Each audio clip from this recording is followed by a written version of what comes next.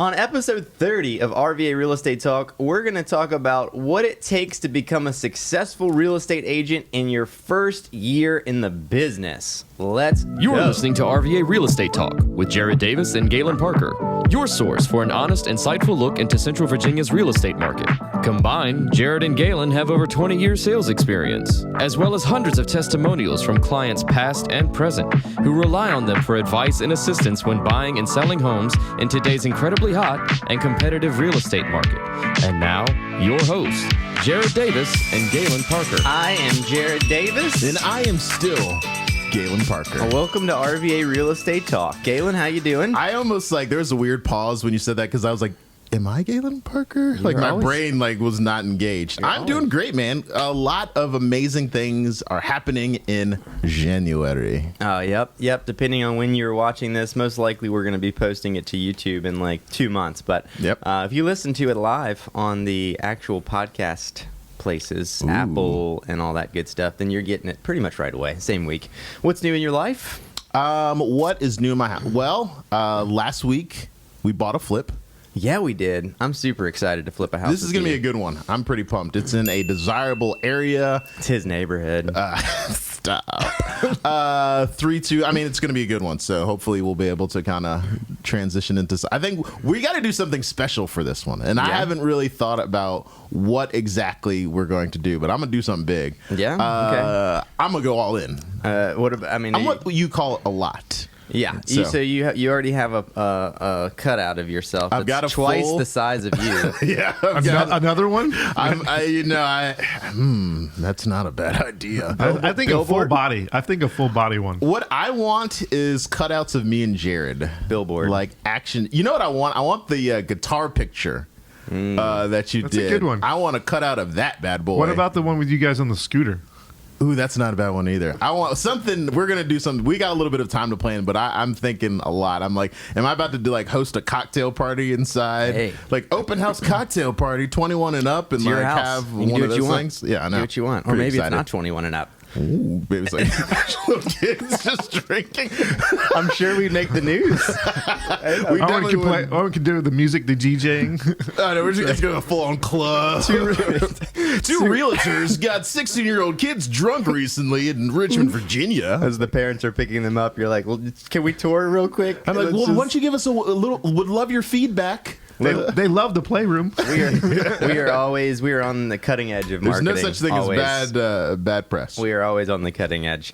So we put a sales incentive in place for our team this year. That was that's news to everybody. I love it. So we told everybody on our team if they sell at least $12 million in real estate, we'll buy them a brand new Rolex. So I always was better with sales incentives as a salesman when I worked for other companies. I always liked a goal, and if somebody could tell me, hey, if you do this, you beat everybody else, or we'll buy you this, I would always hit it. So I'm hoping that our agents will step up to the plate and crush it. Because a new Rolex is what, $10,000 nowadays? Yeah. I don't think you can get a Rolex if you can even get one. If you can get one, yeah. They're cheaper. The cheapest ones are $9 or $10,000. That'll be a fun problem to have, if everybody hits it and now we're scrambling. I need 5 Rolexes. I'm going to be like, oh my God. What's the one recently that Kanye wore by accident or something that was only worth $8,000 and then it went up to $1 million? Skyrocketed just because it was on his wrist or something? I don't know. Was it an AP one, I think? I can't remember. I doubt it. Every AP is super expensive already. Jay-Z just did the whole Nautilus with the Tiffany front facing, the blue Tiffany, the Patek Philippe, and that's worth $3.5 million or something. Whew. He was wearing. Sorry, we can't fund that for the team. Sorry, guys. $10,000. We can. I think, but we have to raise the goal. $1 billion. Yeah. You're gonna have if to you sell $1 billion, yeah. But I'd say that's a pretty sweet incentive. Yeah, for sure. Because most people aren't getting any incentive to sell. The internet's running wild right now on Jared Bear the Boy Prince's Facebook page. King. I guess he's king now.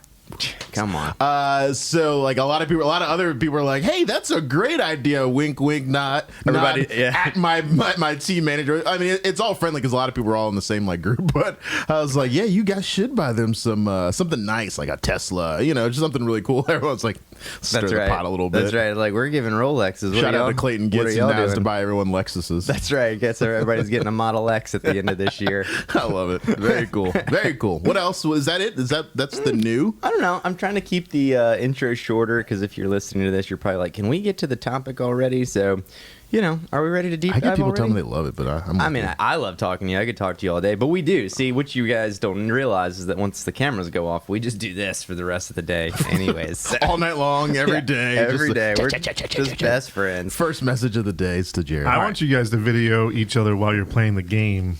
Oh, video games? And then we post that. That would be pretty funny. I mean, there's a business in Twitch streaming. Crash Bandicoot, us just jumping around. All right, let's deep dive. Mike, what do we got? Give us your music. Okay. I like it. It's not blasting on my ears either, which is good. It's good volume. And a quick fade. Mike, nice job, Mike. Mike has been listening. I mean, it didn't go on for 20 minutes. I know. I didn't go for refreshments during the interlude. Yeah, like it was bathroom. really hard to me to let it go. I was like, this is a crying shame here. This happens when you're working with an artist. I was like, I'm going to bathroom break every deep dive intro. All right, our deep dive for this week is how to make money in your first year in real estate. Yes. Why is that so important? That is very important. One, for a million different reasons, but for realtors don't make money their first year in real estate. That's why it's important. That's a big one. For us, when we're bringing in agents on our team, we're very honest with them, even in the interview process of saying, listen, 90% of realtors fail. Now, are those numbers skewed because of our team? Yeah, people on our team usually have a little better success, obviously better than 90%. But for the most part, that is not true. And so what we've been doing with all these podcasts, we're opening up the playbook and telling people, this is what you should do. This is what you can do. You have control over these things so that you are a success and that you make some money. That's the whole goal, to make a little cash. Yeah, so the issue with most new agents is they either, one, have another job if they're working because they can't go full-time real estate right away. They need the money. So that automatically creates an issue because now they're not necessarily giving it their all. But then the flip side to that is if they did quit their job and they are giving it their all, then a lot of times they're not making any money it took me 7 months, to be fair, to really get traction. Sometimes I've talked to these new agents and they're like, well, I did 43 deals my first year. And I think, I don't know what you did, but that's amazing. I'm right? very impressed. When I hear people did that, I don't know whether their sphere was just awesome or they had a sphere of people that were just like, if only we knew a realtor. I have so much money and I want to spend, but but that's just not the norm, right? Yeah. The average realtor is going to sell, 5 houses a year as it is, and then when you're new in real estate, one of our last podcasts, it was, let me see, I think I have our list here. How much can you make as a part-time real estate agent? That was episode 28, I believe, if you're listening to this right the second I want to go back. But we had data on how much part-time agents make and full-time agents make. And I had found that chart that showed like first year in the business, like 2 years and first year in the business was like less than $20,000 on average, right? Sheesh. And then you have all of your expenses, your broker fees, everything else. So pretty much you make no money. So we thought this would be a really good podcast because if you're starting, whether you have a job or you don't have a job now, you probably need to make money because you either want to quit the job you're in to do this full time or you're already doing it full time and you're thinking, holy crap, do I give up and go back to my other job? Don't give up. We're going to talk about it. So what's number one? So one of the things that I put down 3 different bullet points. The first one is people fail to properly prospect for business. Yes. I see that so often, and it's because, one, they don't have a direction. We'll talk about that later. But, Jared, we have a number in our mind that we tell all of our agents, how much time should you be spending in growing your business, new business, every day? 3 hours. Why 3 hours? 3 hours is the minimal amount of time that you're going to need to pretty much contact enough people and get enough people into your sphere, into your pipeline, so that it actually starts to convert into sales. Because what we notice with almost every single agent, whether they're a solo agent whether they are on the team. Most team agents, the first thing is just, what do I even do? Right? When you're a brand new agent, they're like, what do I? Yeah, because they think I'm going to get the license, and then people are going to start reaching out to me, and I'll start, hopefully prospecting and doing realtor things. Or like new agents, we had a new agent just come on last week, and they're like, please teach me how to write a contract. And, I let her sit through a contract writing, but I told her, I was like, this is totally pointless right this second. Yeah. We got to get you clients, right? If you never get a client, it doesn't matter how good at writing a contract you are. I'm the best. Yeah, exactly. I know all of the lines in the contract by heart. Yeah. That's great. But we need to get you clients. So how do you do that? Well, you prospect. So whether that's 3 hours of phone calls, whether that's 3 hours a day of your networking with people, you're setting up meetings with people, whether that's open houses on the weekends, whether it's follow-up, you need at least 3 hours. And I always think it's new business too, right? And a lot of times people, as you mentioned, they've got a sphere that really works for them. But I'm like, that will run out eventually, or you've got to add to that sphere. Well, so it's like you've got to tackle it. Yeah. You don't have a referral sphere at first because you've never sold a house. So, once you're in this business for 4, 5, 6, 7, 8, 9, 10 years, right? Hopefully what's happening is all of your past clients are coming back to you to sell, to rebuy. They're giving you their referrals. Cousins. But up front, that's not the case. Even if it's your family and they know you still haven't sold your family a house yet if you're brand new. So they may refer you, they may not. So you are literally building your sphere. You've got your sphere of influence, which is obviously the people around you that you know. So you should be spending 3 hours to get to those people. But then you're also building that sphere of outside people you don't know. Yeah. Because it's a numbers game, right? So that's one thing as a new agent you need to figure out immediately, right? You need to figure out how many calls do you have to make to get a hold of X amount of people. Right? So you figure, how many people do I need to talk to before I lock one down? Yeah. Is it 10?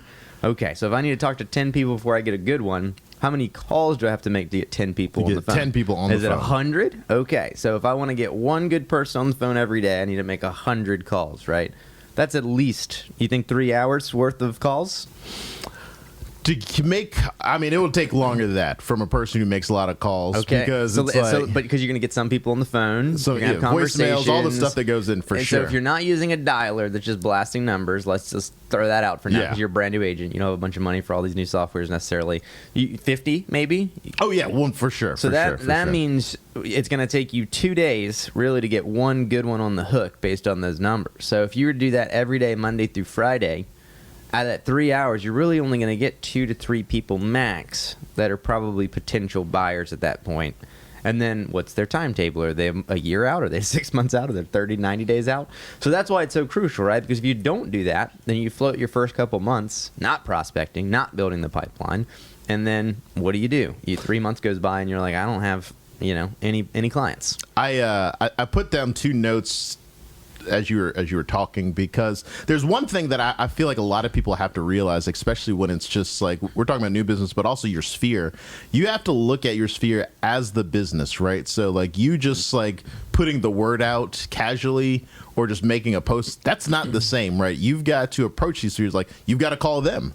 You've got to text them. You've got to put them in your CRM, because without doing that, you're just like, oh, man, Uncle Joe, he's definitely going to list his house on me. And then, next thing you know, he's got it with someone else. And you're like, what happened? I'm like, well, did you call him? Did you text him? Did you show him the value, right? What's a CRM? Oh, yeah. Okay, so that is a... You're using languages that new client retention. So, that's going to be something that you need to have that's going to track all of your leads, all of your leads, due dates, all of those things. That's going to be helpful. I would say retention management. I would say most realtors do not use a CRM, though.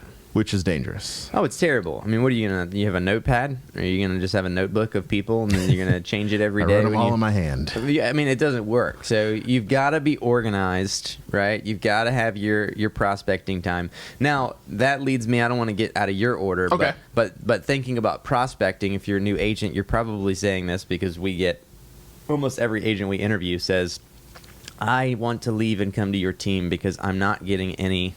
Leads, right? So you're probably saying, so if I'm going to make 50 to 100 calls a day, who the heck am I calling? I can't just call my family and friends every day. And you're right, that would be weird. You know what I mean? Yeah. Use social media and stuff like that, which we'll get into that too, to get to your actual friends, family sphere. Yeah. But you actually need leads. So as a new agent, right, leads can be very expensive. Yep. Correct? Like if you go to Zillow, that's where everybody thinks first as a new agent. I just get some of these Zillow leads. You guys get Zillow leads? Yeah, it can't be that bad. And they call and they realize it's $400, $500 per number. And then they say, well, I can't afford one number. right? I don't have that big of a budget for the month.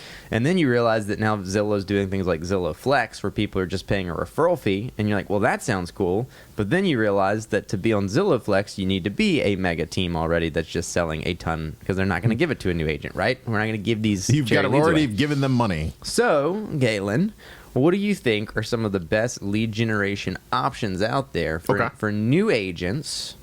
Again, they probably don't have a budget. Maybe they're not on a team. Sure. Right? I mean, obviously, we'll talk about the team thing, too. That's in there somewhere. Brokerage help is in there. We're going to get to all that. Okay. But if they're solo agent, where do you think they could be picking up leads? So this does not go out of line, because this is definitely in line. But I think one of the easiest ways, and one of the ways that I capitalize on, is open houses. Yeah. Right? So it's like that does not cost you anything but time. Yeah. You can get into your MLS. You can go to your brokerage number. You can just reach out to any agent, really, and just say, hey, listen, I see that you're a big dog. Yeah. I see that you're productive. I see that you are just doing what I want to do. I see you got this house that's listed. Is anyone doing an open house? I'm willing to do the open house. I'll do it for whatever time your client allows. Yep. I'm going to show up early. I'm going to put the signs out. I'm going to follow up on all of that.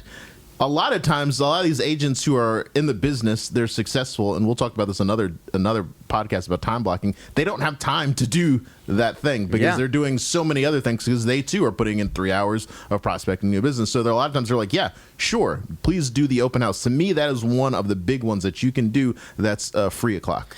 Yeah, so when you think about open houses, this is when having a good brokerage to be at helps. For sure. Because if you're a solo agent, you're probably also saying to yourself, I don't have a listing to do an open house on. If I did, I would live in it. I would tell the owners to get out, and I'll just live here, and it'll be open 24/7 for people to come in, right? Come all. So I've run into this more lately than I've thought was possible, but at least 3 agents in the last month or two have been coming over from brokerages where they're like, it's just me and the broker, or it's just me and 1 or 2 other agents in the broker. The problem with that is if you're a new agent, you have no listings to do open houses on, and you only have 1 or 2 people to call to say, do you have any listings to do open houses on? You're probably going to be very dry from an inventory standpoint, right?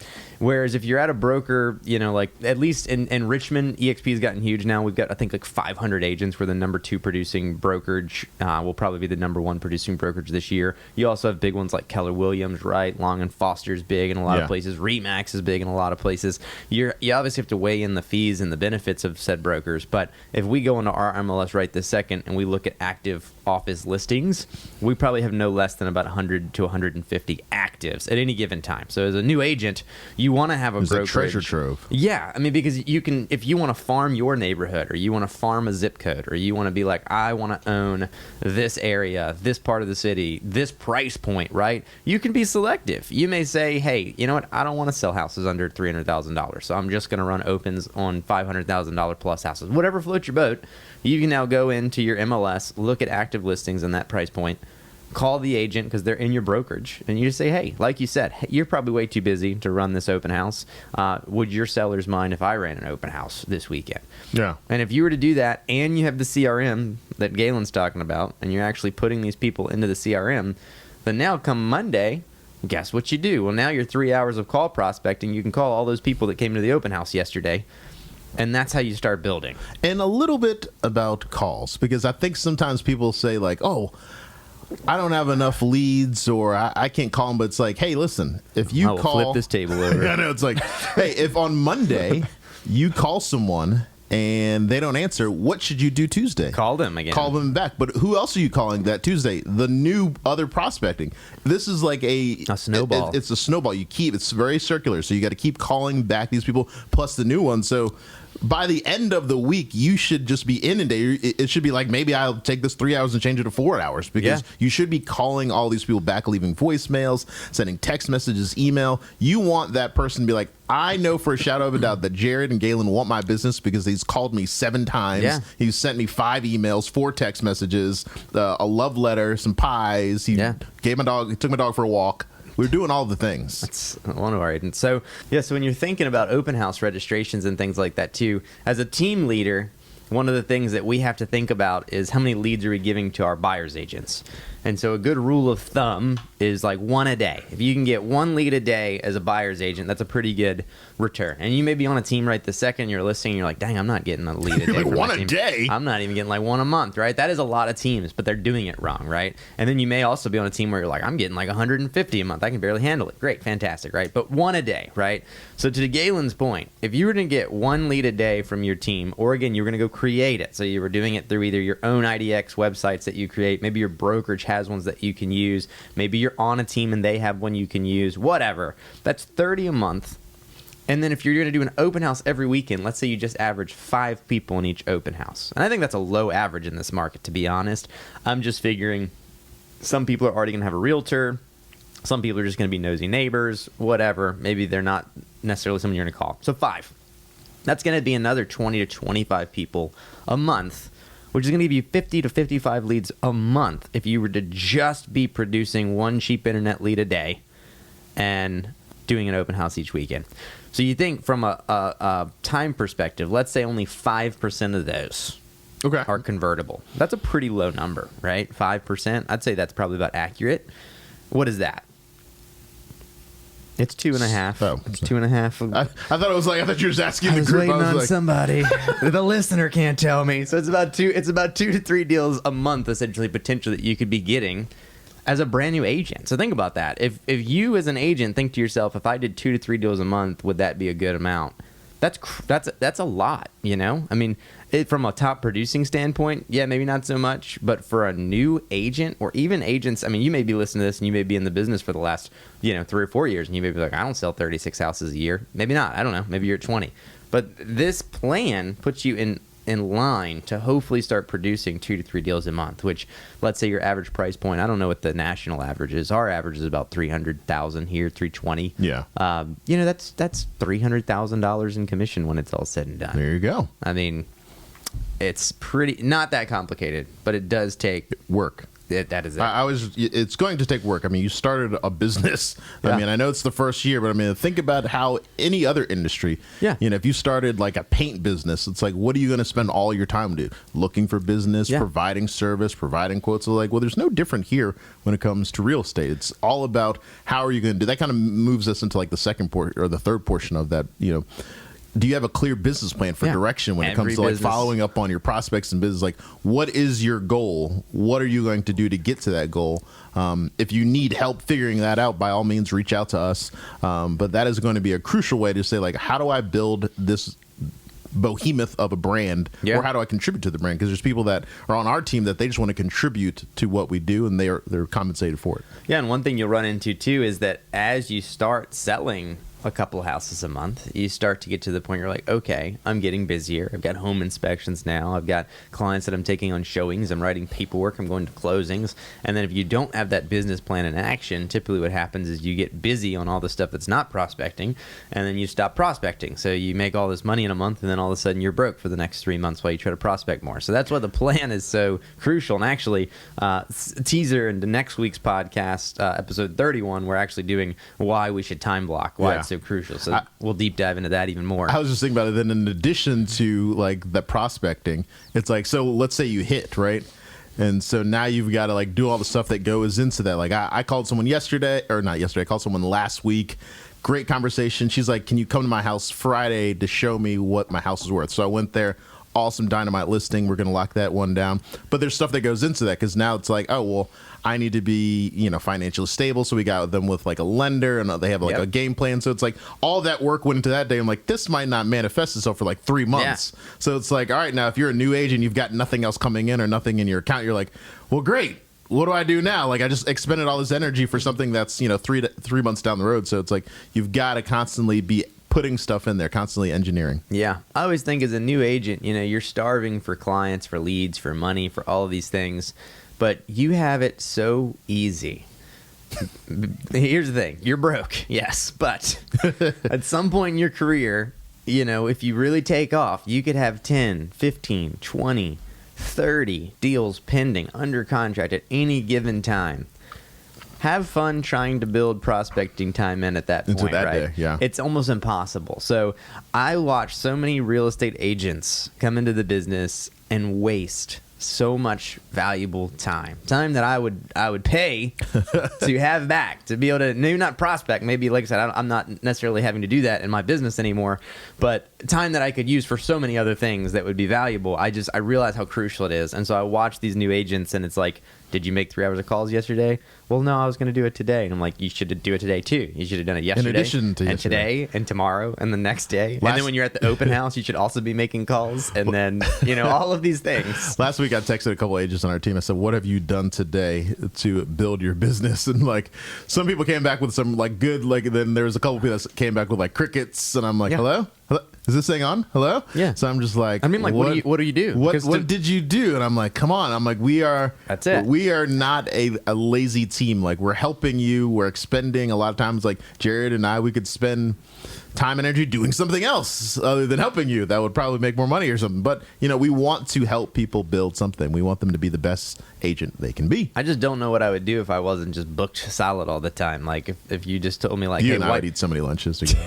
If you just were just like wipe the whole schedule and then you called me at like 5 o'clock and you're like, what'd you do? I'd be like, I killed myself because I went insane not doing anything for the last 8 hours. Cancellations or reschedules kill me. Yeah, oh my goodness. Yeah. Oh yeah. Like yesterday, we were supposed to. I mean, do this yesterday I canceled on this podcast. It killed me. It killed me because then I had nothing for like 2 or 3 hours. So here's the thing: my Saturday and Sunday, as Jared already knows, was occupied from 8 a.m. to 5 p.m. of like mental energy, public speaking in front of thousands of people. So that when it came to like Sunday night, I was like, I don't have a brain cell available. I get that. Plus, like after I finished my presentation, like you do it in front of a large group of people, like my phone like melted. There was like 100 text messages where I'm used to like 5 or 6 people saying like some. I mean, it was literally 100 people, and I was just like, I got overwhelmed just looking at it, just thinking like, I don't even know how to respond to this. So yeah. Well, sorry, the weather, Mike, the weather too drives me crazy because everything shuts down.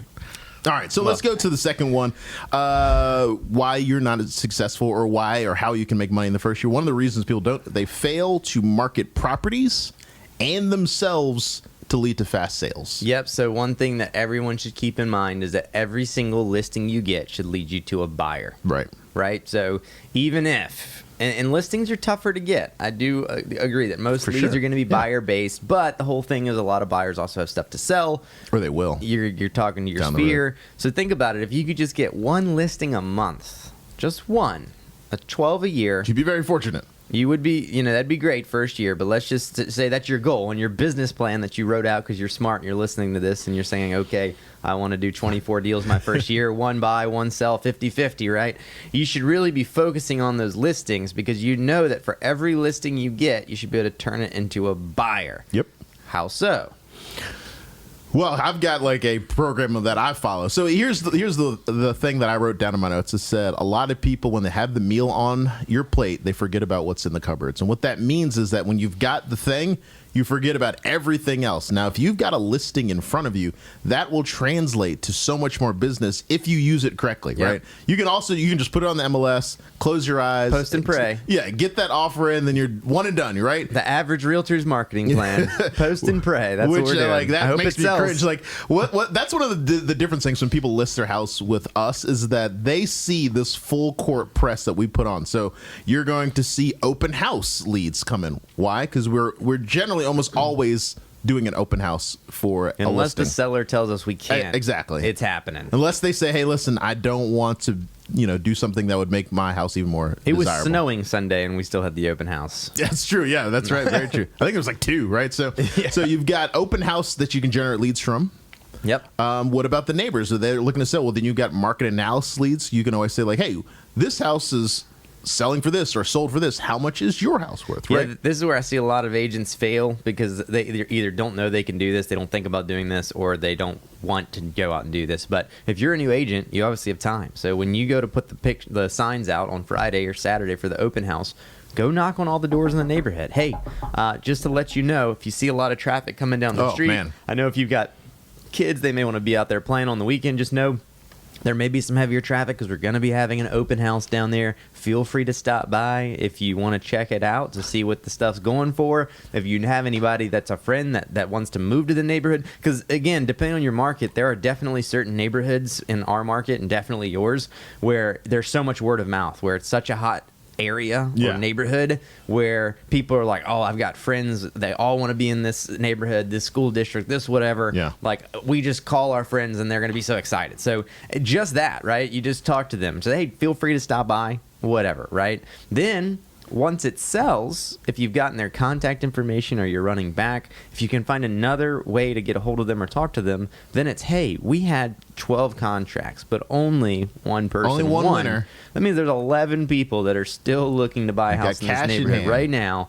Are you interested in selling? Yeah. Have you thought about selling? Do you know anybody else in the neighborhood that you think may be selling? Because I'd love to try to put together a deal. Is your for them. fraternity brother, your sorority sister, would they like to live in this neighborhood? I mean, that's just... And the thing is it going to work every time? No. But this is a numbers game. Like I said, It's not going to work if you don't do it. that's it. Yeah, exactly. It's not going to work. if you One of don't my do it. favorite ones that you just mentioned there. I remember going door to door for a listing boy, or not, for an open house, and I had my cards in hand, and I just went like knock, knock, knock. I'm like, hey, listen, sorry to bother you. Just want to let you know we're having an open house tomorrow afternoon. There's gonna be a lot of cars in here. If anyone parks in front of your house or on your grass or anything like that, I was like, here's my card. Just give me a call, shoot me a text message, let me know so I can just like be mindful of that. I was like, I just don't want to disturb you guys at all. And people were like, well, thank you so much. And then like I definitely got texts like, hey, there's someone parked in front of my house, and I'm like, okay, I'll let them know they'll be gone soon. And you're like, and now you're in my CRM. Naturally, they were, I was like, and then of course they left, and then I would respond back, hey, so sorry about that. I had them move their car after they finished touring the house,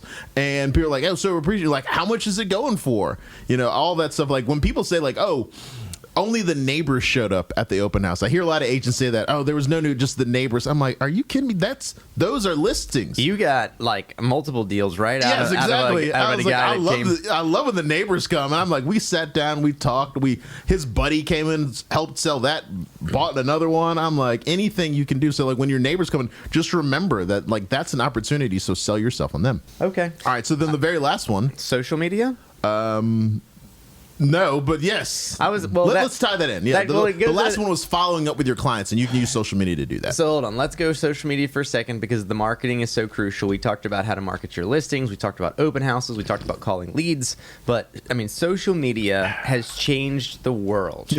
And we spend so much time just wasted on social media every day, right? Looking at mindless I'm doing it right pictures, now. on the podcast, looking at mindless things, right? Doing just pointless. You probably post stupid stuff that's also pointless. No offense to your influencers out there listening. But I love seeing what you ate whatever for your dinner 2 travel weeks ago. pictures, the pictures of your kids, the picture of your food.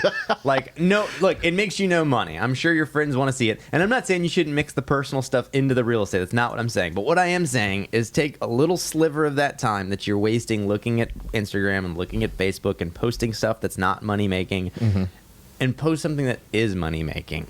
Right? Whether it's listings that you have coming up, whether it's showings just to show your sphere that you're actually out there doing something, that you're working, that you have business, whether it's team meetings, whether it's whatever, it doesn't matter. You dropping client gifts to people, whatever it is, just put it out there, right? 30 years ago, you had nothing. If your grandpa opened a storefront, all you could do was put a sign outside. Hope someone tells that them. says open, and he hopes someone drives by and sees it and walks inside. That was it. Is that not insane to any? Is that not insane? Well, you know, it's really funny. It's like, so people like look at social media, they're like, oh, I don't want to do that. Well, when your grandpa put that sign up, there's probably someone else who's like, he's putting a sign out front. What a waste of money. How ostentatious is What this? a waste of money that and then, is. like, grandpa is now Walmart, right? So, But think about this. We went from grandpa not being able to do anything to then the next generation being able to buy print advertising. In the newspaper. You know, you just started maybe seeing internet banners and stuff, but social media wasn't a thing. And now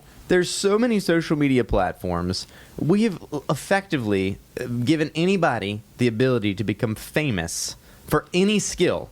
For any skill. Or lack of skill. Or lack of skill, correct, right? So it doesn't matter what you do. You could be an artist, a real estate agent, like whatever field you're in, social media can change the entire game and world for you if you just do it properly or just do it, right?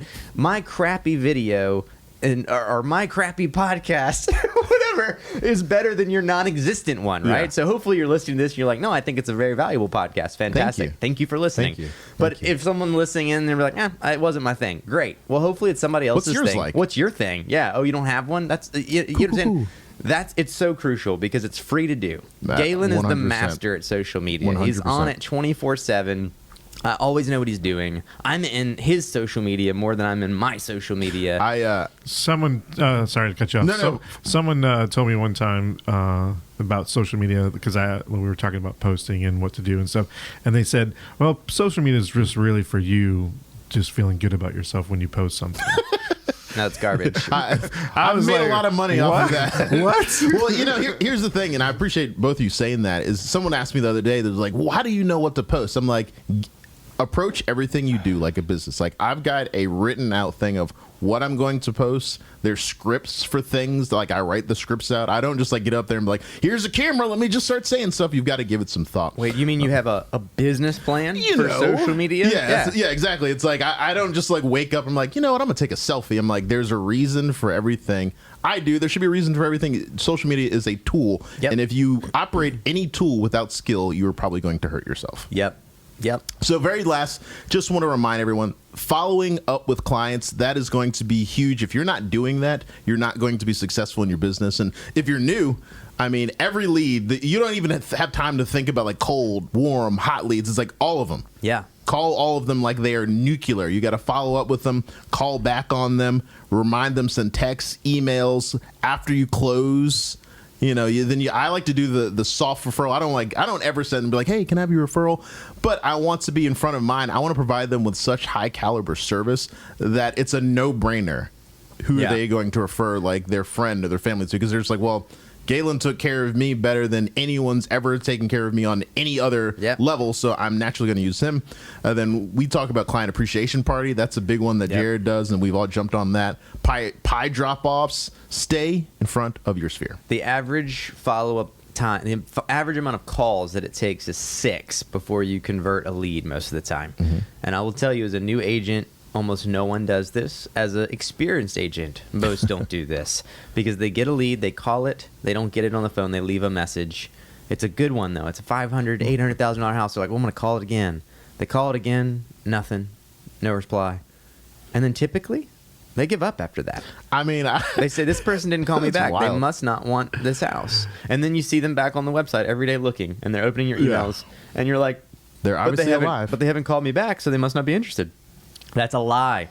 How many people call you and you don't call them back? Has your mom ever called you and then you didn't call her back? Do you not love your mom? Are you not going to ever talk to your mom again? Of course not, right? You probably got busy and forgot that she called you. What about a friend? What about an actual service? How many people call you to bug you about buying something? A car warranty, right?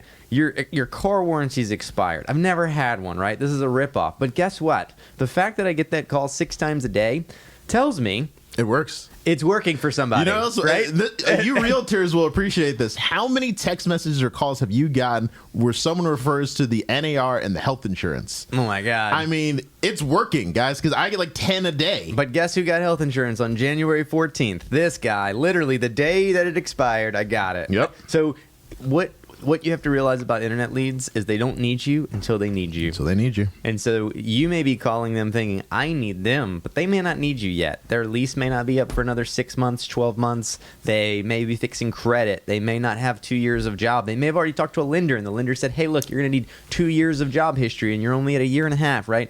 Don't call them 5 times only for another realtor to call them the 6th time, their first time, and close them. Home run. So follow up, follow up, follow up. That's our show. Like and subscribe to the channel, whether you're listening to it on your podcast preferred station, whether you're watching it on YouTube. Check out our other videos. Comment, like, subscribe. Let us know what you want to hear about. I'm Jared Davis. This is still Galen Parker. And you can reach us at __ the Davis Group on Instagram, Jared at centralvarealty.com, or your realtor's favorite realtor, RVA, or Galen at centralvarealty.com. That's RVA Real Estate Talk, episode 30.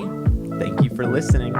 If you have a real estate question that you would like to ask Jared or Galen, reach out to them at Jared at centralvarealty.com or Galen at centralvarealty.com. Who knows, it may even be featured on an upcoming episode.